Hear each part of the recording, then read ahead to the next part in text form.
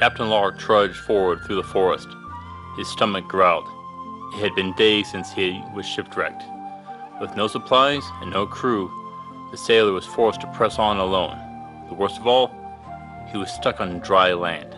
Land, his least favorite place in the world. Dirt. It had got into his boots and nipped at his toes. Branches slapped him in the face. Bah, he hated it all. The only thing pushing him forward was his goal.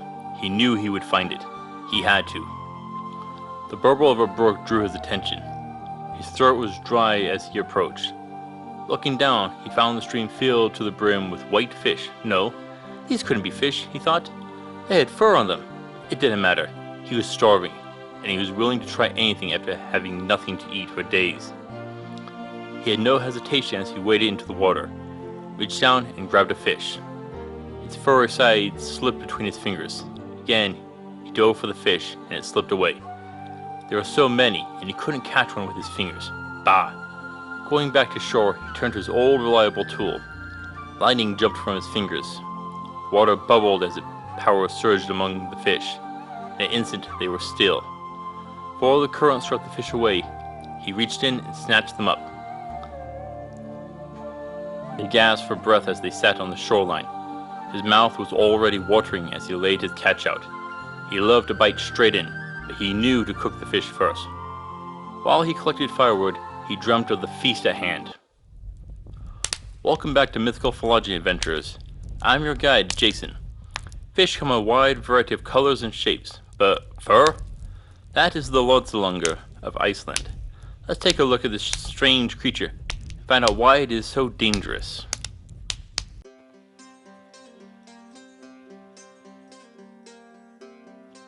The Lodsilungur is a fish covered in soft white or red fur. The fur is nearly invisible once the fish is taken from the water, making it harder to notice among other fish once taken onto shore. There are few claims that you can only see the fur once the fish is dead, further complicating, but the sources was only one account. It can be part or all over the body. It is described as a salmon, but is ugly as sin. Its body is slightly disproportionate, but nothing outlandish for a fish. They are an invasive species of freshwater fish that are sent by giants and demons to vex and punish humans. Here is where it gets to be fun. They are poisonous. You'll die if you eat them. They are also described as being stubbornly hard to die. You can leave them on shore for days and they still won't die. But there is an issue. There is a version found in North America, mostly around southern Quebec, Nova Scotia, and Maine. And this version is edible. The claim that the fur is to keep it warm in deep winter. So what is going on here? One theory as to the origins of the fish is the omocytes, an aquatic mold or algae called Saprologenia. It is a white mold which can grow on fish. It does well in colder water, such as where these fish are found. It will eventually kill the fish, but could spread to humans if the food isn't cooked properly. The fungi can cause deviations from the normal fish's appearance. However, according to the Alaskan Department of Fish and Game, Saprologenia doesn't pose a threat to humans. And the Lodsilungur is deadly to eat. And it could explain the North American knockoff. That one is edible. Let's look at that version real quick. The argument of fish growing fur to protect it from the cold doesn't work. Fish are cold-blooded, so they don't need to maintain a higher body temperature. So could this be to prevent it from being frozen? Nope. Water is unique. When it freezes, it becomes less dense and floats. Actually, the most dense water is about 4 degrees Celsius or 39 degrees Fahrenheit. This means that the ice will go to the top of the lake. The ice is a surprisingly good thermal insulator. Thus, fish are fine under the ice with little chance of being frozen. Even if the ice goes deep, the fur wouldn't be enough to prevent it from being frozen in place. Now let's look back at the Icelandic version. We know it's poisonous, and the fur is so fine and delicate that it is invisible out of the water. That means that the fur is reducing the water clarity around it. Their long threads could do that. If not for insulation against the cold, what could they be? Well, I mentioned the Lodsilungur can breathe on air for a time.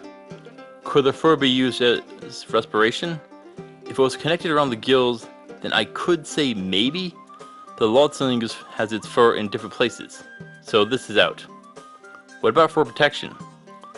The fur could work as a detractor against the talons of eagles or the jaws of bears. It would need to be at least as thick as your thumb, but could work if it was all over, but not in patches. And to further make this, most bears and birds will refuse to eat this fish, meaning the fur is more practically a warning sign for predators, similar to the colors of a monarch butterfly. Now for the big question. Why do we have two versions of this fish? Have you ever heard of the fugu? It is a poisonous pufferfish, but some other pufferfish are easily edible and aren't poisonous at all. Could this be the same thing with the Lodsilungur? We have two different species, but the same genus. I'd suggest calling them the Lodsilungur Icelandius, the Lodsilungur Canadius, the first being the poisonous version, and the second safe to eat. This could also tie back to the monarch butterfly. There's the viceroy and queen butterflies which mimic the monarch to hide their real identities. This could be what is going on here, but the two fish don't overlap, else it wouldn't work. Sadly, I have not been able to find the specifics of what kind of poison we are dealing with here. We know it is fast acting, and people have been found dead still with fish on the table. They were found still sitting and not fallen over. Without a list of any other symptoms, I cannot discern the poison type. I know that the poison isn't neutralized by high heat. That doesn't tell me anything. Sorry. Maybe it is a paralytic poison, like some pufferfish? If that is correct, you'll be stuck unable to move as you slowly suffocate to death, your lungs paralyzed.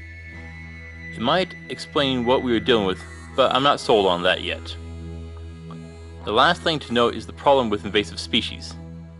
Invasive species pose a threat since local animals don't know how to deal with them. In this case, the Lodsilungur can't be eaten, and it creates competition for food with other fish. And since they are a hardier breed, when resources get tight, it is the Lodsilungur which will remain. It can outcompete by eating faster, obstructing the movement of other fish, or exposing them.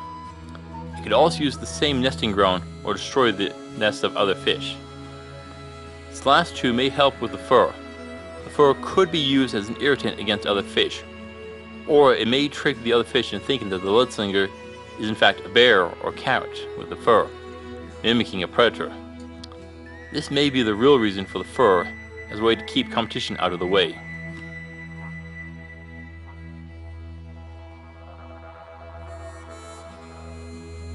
So, how do we combat the Lodsilungur? Well, it has no fangs, claws, limited jumping and mobility, no attacks or tricks, no armor, nothing. It's a fish. A fish with no way to fight back. This isn't going to be that hard. Grab a fishing rod, bait a hook. I've heard that ice worms placed on a heated hook will work the best. This will be the slower trick and better in lakes, but in shallow streams, you can scoop them out with a net. You could try a bow and arrows or a fishing spear. Have fun with those. There is another option.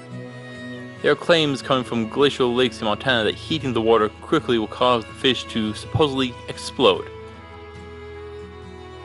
But the meat remains in one piece.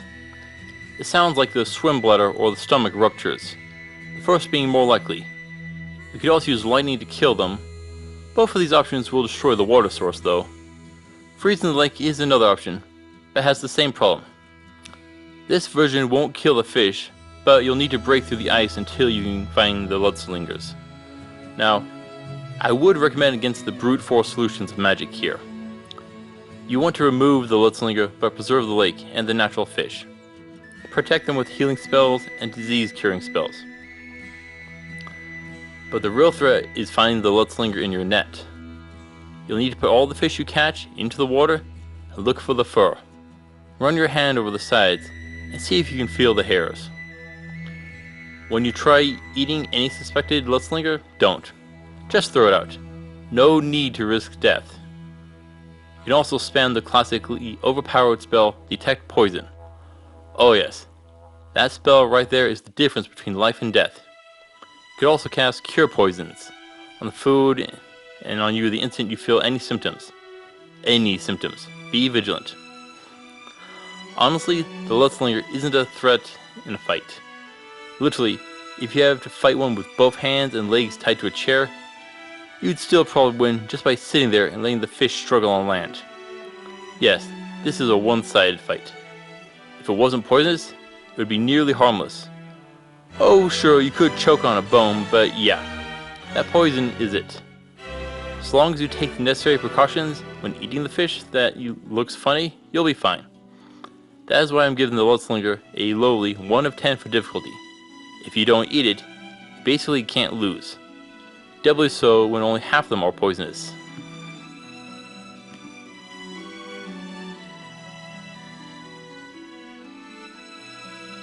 So, have you heard the Russian saying about fish fur? It means low quality and garbage. Yeah, the fur of the Lodsilungur is worthless. It is nearly invisible on land, but in the water, could you make it into a net? Nope. It's too delicate. It would literally break against even the slightest force. Okay, so after that, what do we get? Well, from the strain in North America, that one can be eaten. My dad has a nice smoke recipe, but you need to brine it for a bit and leave it over hickory fire. It takes a bit of work. You can also get a nice sauce of brown sugar and soy sauce. That goes well over a bed of rice. What of the Icelandic breed? I wouldn't take the chance. Not without a healer present. Even then, it would be a gamble. After that, what do we get? The guts can't be used because of the poison in the organs, which could destroy a garden if used for compost. Bones are too brittle to make much. But if you are the more sinister sort, there is a use. Assassination. Can you extract the poison to coat your weapons? Yes. But some poisons do require it to be ingested to have an effect. This is a powerful one. Because of this, I think you could use it on your weapons. 1 drop of blood, and you should be done. Yeah, I'm not done. Let's say there's a noble you need to remove. I won't ask why. Cleaning out corruption, for bounty, revenge, I don't need to know. Sneak into the kitchen, put the Lodsilungur fish on a plate, and send it out to your target. Another option is a little iffy. If you can fill a vial with the poison, you may be able to use some wind magic to create an aerosol version of the poison. It may be too diluted to stop a larger foe, but may influence some others. This could help me discover the secret of the poison, but that will need some testing and luck. With some work, you could use the poison to create a cure for it. A way to save others. Talk to your local alchemist about that.